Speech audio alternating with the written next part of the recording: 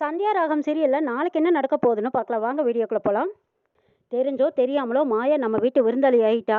அவளுக்கு முறைப்படி கல்யாணத்தை பண்ணி அவள் விருந்தாளியாவே நம்ம அனுப்பி வைக்கிறத நம்ம முறைங்கிறாங்க ரகுராம். ரகு நீ என்னமோ சொல்கிற, ஆனால் கிஷோரை பார்க்க பார்க்க எனக்கு பிடிக்கவே இல்லை. அந்த கிஷோரை பார்க்கும்போதெல்லாம் அந்த மாயாவோட அம்மா செஞ்சது தான் ஞாபகத்துக்கு வருதுங்கிறாங்க பாட்டி. அம்மா இங்கே வந்து இதெல்லாம் பேசக்கூடாது, வந்தாச்சு பேசாமல் இருங்கங்கிறாங்க. இல்லைப்பா பேசக்கூடாதுன்னு நினச்சாலும் என்னால் பேசாமல் இருக்கவே முடியலையேங்கிறாங்க பாட்டி. என்னாலையும் உன்ன மாதிரியெல்லாம் இருக்கவே முடியாதுப்பாங்கிறாங்க.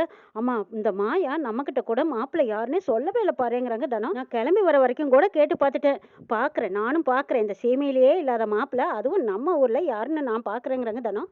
எப்படியும் இன்னும் கொஞ்சம் நேரத்தில் பார்க்கத்தானே போகிறேங்கிறாங்க. மாயா கொஞ்சம் அவசரப்பட்டாலோன்னு தோணுது. எப்படி நடந்திருக்க வேண்டிய கல்யாணங்கிறாங்க சிவராமன். இது எல்லாமே அவள் அப்பா நிலதாங்கிறாங்க. ஏன் இல்லைன்னா இந்த மாயாவுக்கு ஒன்றுமே தெரியாதாங்கிறாங்க பார்வதி. அவள் காதலிச்சேன்னு சொன்னதுனால தானே அவங்க அப்பா இவ்வளோ அவசரப்படுறாங்க. அவங்க அப்பாவுக்கும் அவசரம்தான், அவளுக்கும் அவசரம்தான்.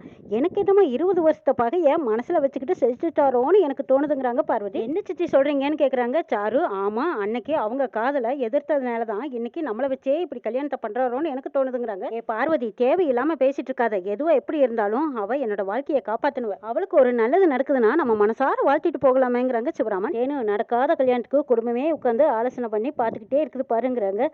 ஆமாங்க கண்டிப்பாக மாப்பிள்ளை வரமாட்டான்லங்கிறாங்க. அவன் கண்டிப்பாக வரமாட்டான்.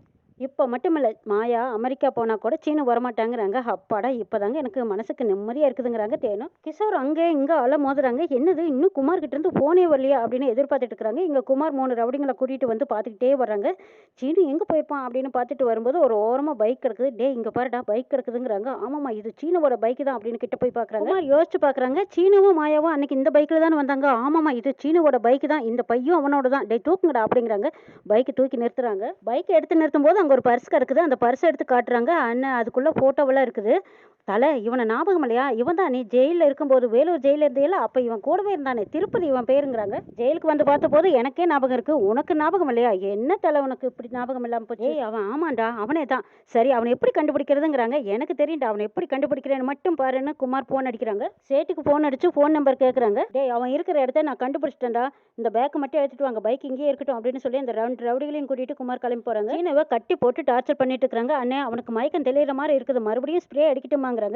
டே மயக்கம் தெளிய அடிச்சுக்கிட்டே இருக்கணும். அண்ணன் சொன்ன மாதிரி இன்னும் 1 மணி நேரத்துக்கு இவனுக்கு மயக்கமே தெரியக்கூடாது, கொண்டாடா நானே அடிக்கிறேன் அப்படின்னு சொல்லி ஸ்ப்ரே அடிக்கிறாங்க. ஒரு வழியா சீனு இருக்கிற இடத்த குமார் கண்டுபிடிச்சு ரவுடிங்களையும் கூட்டிட்டு வந்துட்டு இருக்காங்க. உள்ள வரும்போது யாருடான்னு போய் பாருங்கடா அப்படின்னு இந்த ரவுடிங்கெல்லாம் சொல்லவும் அவங்க போய் பார்க்குறாங்க. அப்படியே குமார் வரும்போது அடிச்சு தும்சம் பண்ணி தூக்கி விசிறி அடிச்சுக்கிட்டு வராங்க. வந்ததுமே என்ன திருப்பதி சௌக்கியமா அப்படின்னு கேட்கறதுக்கு முன்னாடி அவங்களையும் அப்படியே அடிச்சு பட்டையை கலப்புறாரு. அடிச்சு வசியில் அவங்க எல்லாத்தையும் தூக்கி விசிறி எடுத்துட்டு ஓட விரட்டுறாங்க. சீனவையும் கட்டெல்லாம் விட்டு விட்டுறாங்க. அண்ணே நீங்கள் எப்படி வந்தீங்கன்னு சீனி கேட்குறாங்க. டேய் அப்படி அடிச்சேன்னு வச்சுக்கோ, எனக்கு தெரியாமே நீ கல்யாணம் பண்ண பார்க்குறியான்னு கேட்குறாங்க குமார். உன்னை கூட்டிகிட்டு போகிறக்கு நான் தான் வரணும்னு இருக்குது. உனக்கும் மாயாவுக்கும் கல்யாணம் நான் தான் பண்ணி வைக்கணும்னு இருக்குடா. நான் தான் உனக்கும் மாயாவுக்கும் கல்யாணம் பண்ணி வைக்கணும்னு இருக்குது. இது யாராலும் மாற்ற முடியாது.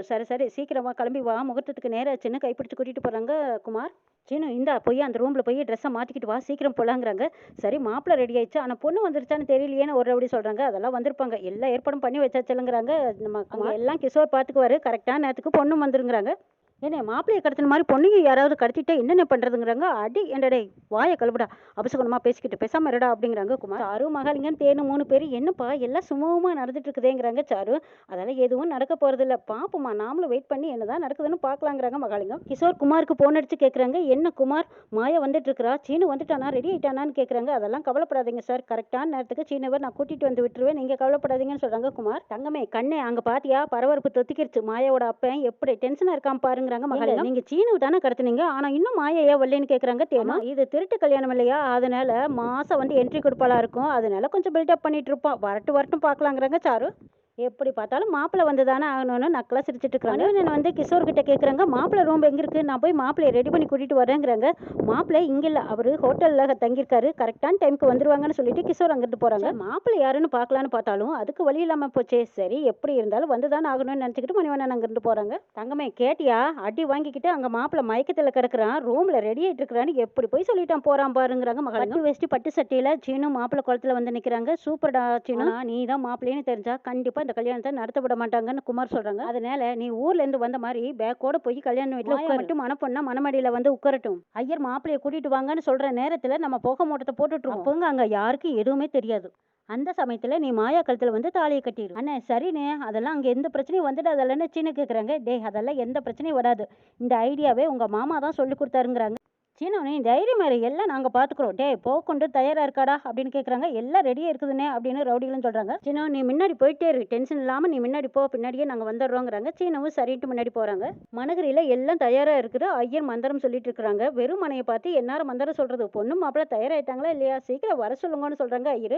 இன்னும் 10 நிமிஷத்துல வந்துருவாங்க, வெயிட் பண்ணுங்கன்னு சொல்றாங்க கிஷோர். பத்மா மணிவண்ணன் கிட்ட கேக்குறாங்க, என்னங்க மாப்பிள்ளையும் காணா பொண்ணையும் காணா, ஒருவேளை கல்யாணத்தை வேறொரு கோயில இது மாத்திருப்பாங்களான்னு கேக்குறாங்க. உனக்கு அறிவு இருக்கா? மச்சானையும் ஊர் பெரிய மனுஷங்களை எல்லாம் வரவழைச்சிட்டு அது எப்படி வேற கோயில்ல கல்யாணத்தை மாத்தி வைப்பாங்கன்னு கேக்குறாங்க மணிவண்ணன். என்னோட அப்பாவே இங்கதான் இருக்காரு, உனக்கு எதுலயுமே பொறுமை கிடையாதா? ஆமா எதுக்கு மாயாவை விட்டுட்டு வந்தோம், ஏன் அவளையும் கூட்டிட்டு வந்திருக்கலாமல்லன்னு மணிவண்ணன் சொல்றாங்க. அதெல்லாம் ஒன்றும் தேவையில்லை, அவளுக்கு தான் அவங்க அப்பா இருக்காருல்ல. கல்யாணம் நடத்துறவருக்கு பொண்ணை கூட்டிட்டு வர தெரியாதா? வருவாங்க வருவாங்க, கொஞ்சம் பேசாம அமைதியா உட்காந்துருங்கிறாங்க பத்மா. ஆனா எனக்கு ஒரு விஷயம் மட்டும்தான் புரியல, எதுக்கு இவ்வளவு ரகசியமா இந்த கல்யாணத்தை நடத்துறாங்க? பாட்டி ரகுராம் கிட்ட கேக்குறாங்க, ஏன்பா ரகு இந்த கல்யாணம் நடக்குமா நடக்காதா? ஆமா நம்மளும் வந்துட்டோம், கல்யாணம் முடியற வரைக்கும் கொஞ்சம் பொறுமையா இருங்க, கல்யாணம் முடிஞ்சதும் நம்ம கிளம்பி போயிடலாங்கிறாங்க ரகுராம்.